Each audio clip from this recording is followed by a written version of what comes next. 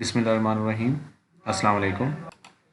हमारा ये लेक्चर जो है असिस्टेंट मैनेजर फ़िज़िक्स की प्रिपरेशन के लिए है और इसमें हम इलेक्ट्रॉनिक्स का पोर्शन डिस्कस कर रहे हैं। हम रिसेंट जो है वो एक दो लेक्चर्स जो हैं वो इलेक्ट्रॉनिक्स के ऊपर बना चुके हैं और उससे पहले हम बाकी मॉडर्न फिज़िक्स और रिलेटिविटी वगैरह और इस तरह बाकी जो टॉपिक्स हैं उनको डिस्कस कर चुके हैं।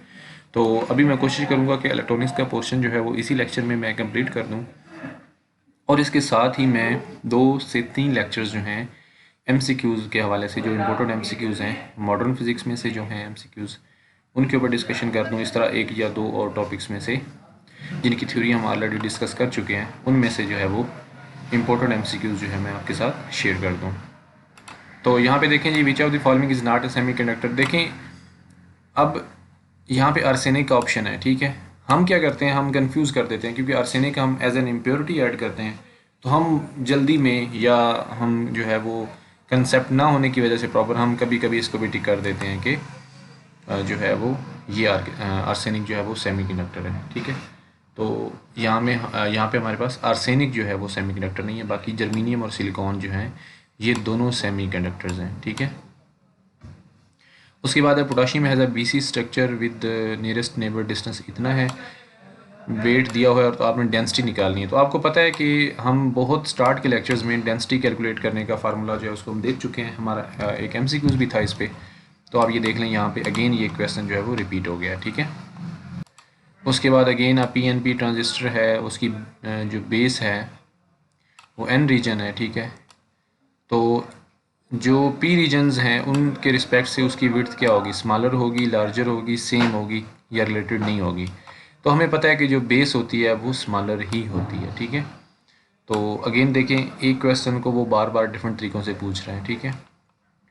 और the electrical conductivity of A semiconductor increases when EM radiation of wavelength shorter than 2480 nanometer is incident. The band gap for the semiconductor is। अब देखें यहाँ पे उसने एनर्जी दे दी है कि कितनी एनर्जी से कंडक्टिविटी जो है वो बढ़ रही है, तो आपने उसका बैंड गैप निकालना है। इसका मतलब ये है कि उतनी एनर्जी लेके इलेक्ट्रॉन्स जो हैं वो हायर जो है वो उसमें जा रहे हैं, या आप ये कह सकते हो कि उतनी एनर्जी से आपके पास इलेक्ट्रॉन होल पेयर बन रहा है, ठीक है। तो 2480 नैनोमीटर से आप निकाल सकते हैं कि कितनी एनर्जी आती है, उसको आप इलेक्ट्रॉन वोल्ट में कन्वर्ट करें और यहाँ पे आप आंसर अपना लिख दें, ठीक है। E is equal to H C over lambda, ये फार्मूला होता है, ये आपको पता होना चाहिए। और उसके बाद the dominant mechanism for motion of charge carriers in forward and reverse bias silicon PN junction are. जो डोमिनेंट मैकेनिज्म कौन से होते हैं, drift in forward bias, diffusion in reverse bias. उसके बाद सेकंड ऑप्शन हमारे पास जो है वो डिफ्यूजन इन फॉरवर्ड बाइस है, ड्रिफ्ट इन रिवर्स बाइस है। यहाँ से आप देख सकते हैं कि कौन सा ऑप्शन आपको करेक्ट लगता है। अगेन ये एमसीक्यूज जो है वो रेजिस्टेंस के हवाले से है, सेमीकंडक्टर की रेजिस्टेंस टेम्परेचर के साथ, ठीक है। तो ये आप देख सकते हैं इसको। उसके बाद इसका ट्रुथ टेबल है, ये आपको पता होना चाहिए कि किस तरह से हम बनाएंगे ट्रुथ टेबल, ओके। उसके बाद रेजिस्टेंस जो है वो रिवर्स बाइस पीएन जंक्शन की कितनी होनी चाहिए वो यहाँ पे लिखी हुई है, ठीक है। इनमें से आप लोग देख लें। और उसके बाद आपके पास for a simple cubic crystal the atomic radius in terms of lattice parameter, ये कितना होता है। ये अगेन देखें, मैंने आपको बताया था कि वो टेबल बहुत इंपॉर्टेंट है, उसी में से ये है, ठीक है। और उसके बाद आपके पास पैकिंग फ्रैक्शन आ गई दोबारा से, ठीक है। और उसके बाद एट ज़ीरो के इंट्रिंसिक सेमीकंडक्टर बिहेव एज, कैसे बिहेव करता है जी, परफेक्ट इंसुलेटर। आपको पता है कि ज़ीरो के ऊपर, ज़ीरो केल्विन के ऊपर सेमीकंडक्टर जो है वो इंसुलेटर बन जाता है, ठीक है। ये अगेन देखें, कोई हमने मोस्टली 20 to 25 कंसेप्ट देखे होंगे जिनमें से बार बार जो है वो क्वेश्चन आ रहे हैं, ठीक है। और उसके बाद आपके पास जो है वो the electrical circuit use to get smooth DC output from a rectifier circuit is called. आप देखेंगे हमारे पास क्या होता है, स्मूथ अगर आपको डीसी आउटपुट चाहिए हो, ठीक है, तो आप क्या करते हैं। अब देखें रेक्टिफायर क्या करेगा, ये सर्किट को, सॉरी सिग्नल को आपको स्मूथ नहीं करेगा। ऑसिलेटर भी स्मूथ नहीं करता होता, एम्पलीफायर भी स्मूथ नहीं करता। तो इसका मतलब है फ़िल्टर जो है वो आपके जो आउटपुट को स्मूथ करता है, ठीक है। फ़िल्टर क्या करता है, जो आपके पास नॉइज़ होता है उसको बाहर निकाल देता है। उसके बाद अगेन ट्रुथ टेबल दिया हुआ है, ये चीज़ें आप देख लें, अगेन बार बार जो है वो रिपीट हो रही हैं।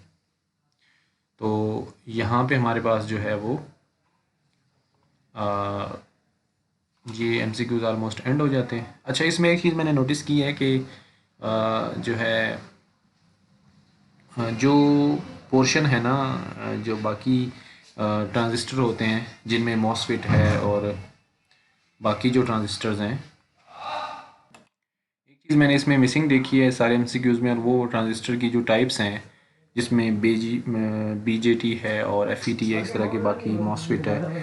तो उनके बारे में जो है मैं कोशिश करूँगा कि अभी जो है वो एक लेक्चर अलग से बना दूं जिनमें जस्ट हम जो है वो जो ट्रांजिस्टर्स की डिफरेंट टाइप्स हैं उनको डिस्कस किया हो, उनके फंक्शंस को डिस्कस किया हो, ठीक है, ताकि हमें जो है उसका भी एक आइडिया हो जाए। तो यहाँ पे इलेक्ट्रॉनिक्स पोर्शन हमारा एंड हो रहा है, और इसके साथ ही मैं कोशिश करूँगा कि मॉडर्न फिज़िक्स में से MCQs बना दूँ कुछ एक दो लेक्चर्स, और इस तरह थर्मोडाइनमिक्स में से या इलेक्ट्रिसिटी एंड मैग्नेटिज्म में से कोई एक आधा टॉपिक जो है, क्योंकि आपको पता है टाइम कम है, कल टेस्ट है आपका, तो मेरी कोशिश ये होगी कि मैं जल्दी जल्दी से ना उसको गो थ्रू कर दूँ, ठीक है।